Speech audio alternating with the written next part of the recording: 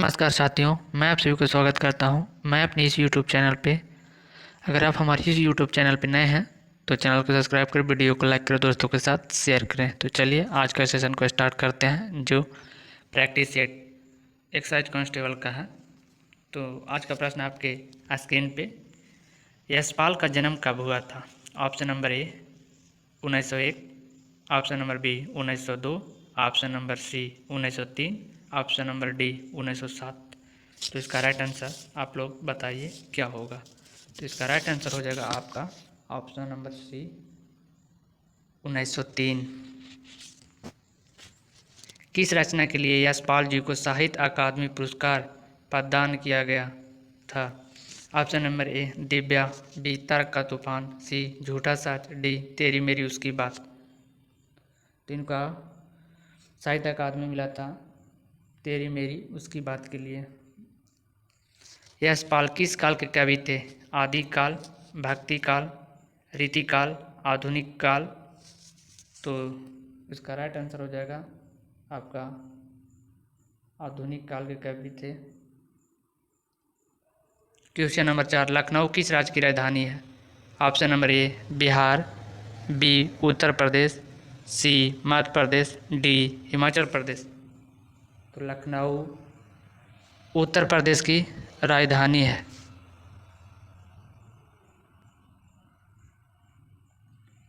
Question number 5, पहले से second class में बैठे हुए लखनवी नवाब के सामने कितने खीरे रखे हुए थे? ऑप्शन नंबर ए 2, 3, 4, 5। तो उनके पास पहले से 2 ही रखे हुए थे। ऑप्शन नंबर ए। लेखक ने क्या सोचकर सेकंड क्लास की टिकट ली थी? ऑप्शन नंबर ए अकेले सफ़र करने के लिए, बी किराया कम लगने के लिए, सी नई कहानी के बारे में सोने के लिए, डी खीरा खाने के लिए। तो लेखक ने टिकट लिए थे नई कहानी के बारे में सोने के लिए। Option number C. Question number 7, लेखक को कहाँ जाना था? Option number A Lucknow, B मुफस्सिल, सी बस्ती, डी वाराणसी। तो लेखक को कहाँ जाना था? लेखक को ऑप्शन नंबर बी मुफस्सिल जाना था। अगर आप सभी को आज का सेशन अच्छा लग रहा है तो वीडियो को लाइक करें। क्वेश्चन नंबर 8, नवाब साहब ने खीरों की फांक का क्या किया? ऑप्शन नंबर ए खिड़की से बाहर फेंक दिया, बी लेखक को दे दिया, सी खा गए, डी बच्चों को दे दिए। तो नवाब साहब ने खीरों को खिड़की से बाहर फेंक दिए थे। क्वेश्चन नंबर 9, डिब्बे में लेखक के प्रवेश करते ही नवाब साहब के आंखों में कैसा भाव दिखा?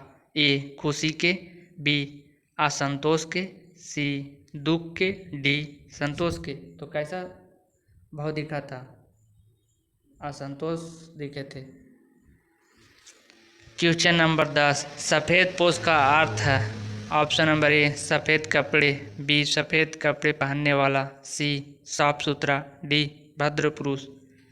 तो क्वेश्चन नंबर 10 का राइट आंसर हो जाएगा सफ़ेद पोश का अर्थ है भद्र पुरुष। क्वेश्चन नंबर 11, लेखक की दृष्टि में खीरा किस वर्ग का प्रतीक है?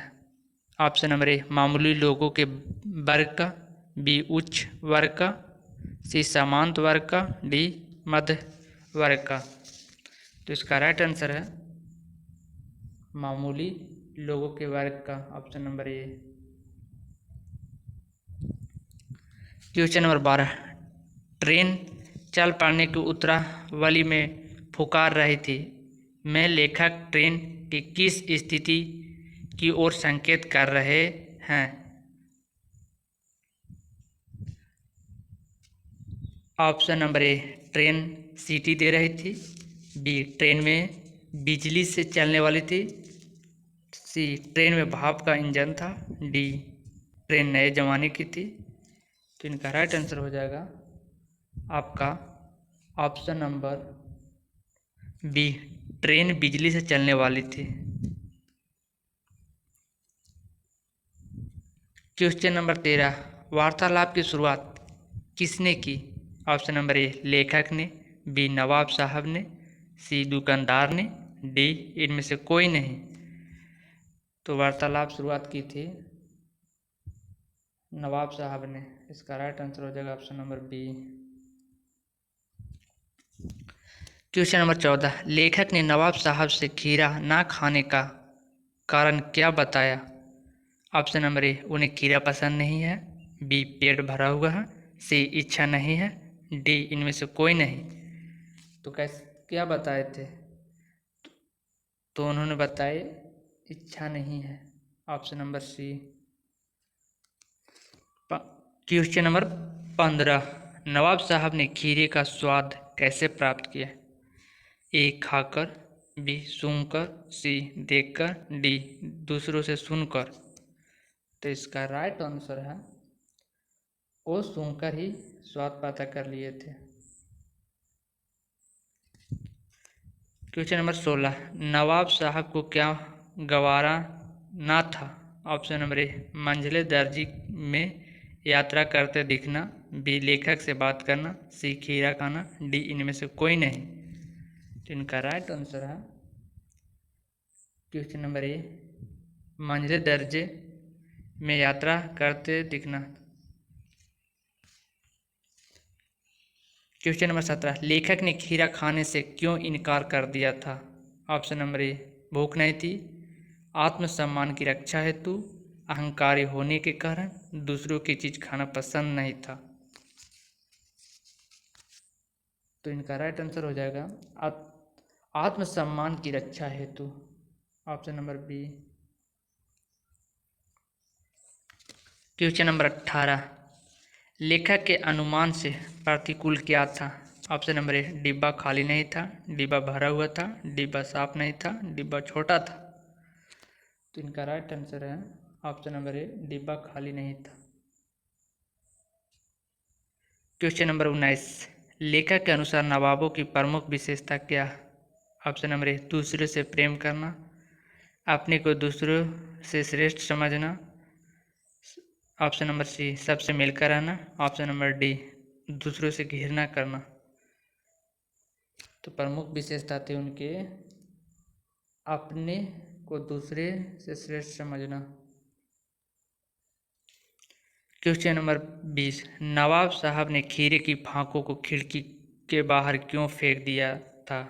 ऑप्शन नंबर ए कड़वी होने के कारण, बी खराब होने के कारण, सी खानदानी रसोइयों का अंदाज दिखाने के लिए, डी मूर्खता के कारण। तो नवाब साहब ने खीरे फेंक दिए थे खानदानी रसोइयों का अंदाज दिखाने के लिए, option number C right answer हो जाएगा। क्वेश्चन नंबर 21, लखनवी अंदाज किस प्रकार की कहानी है? ऑप्शन नंबर ए आदर्शवादी, सी राजनीतिक पर आधारित, ऑप्शन नंबर बी यथार्थवादी, ऑप्शन नंबर डी व्यंग पर आधारित। तो क्वेश्चन नंबर 21 का राइट आंसर है व्यंग पर आधारित, option number D right answer. Question number 22, लखनवी अंदाज कहानी का मुख्य उद्देश्य क्या?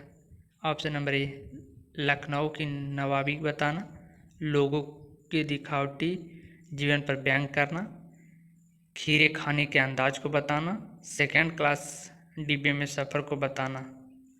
तो क्वेश्चन नंबर 22 का राइट आंसर है लोगों की दिखावटी जीवन पर व्यंग करना, ऑप्शन नंबर बी।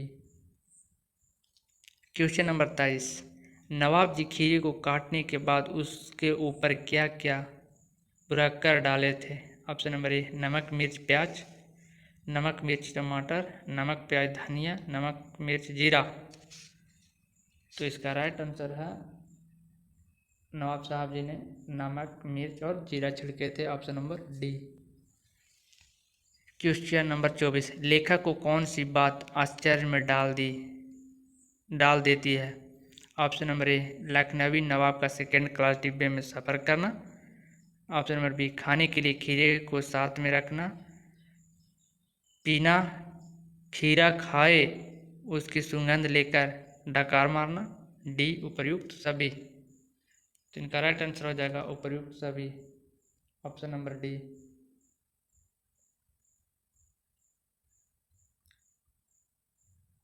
तो आज के लिए इतना ही, मिलते हैं नेक्स्ट की वीडियो में। अगर आप सभी को आज का वीडियो अच्छा लगा तो चैनल को सब्सक्राइब करें, वीडियो को लाइक करें और दोस्तों के साथ शेयर करें।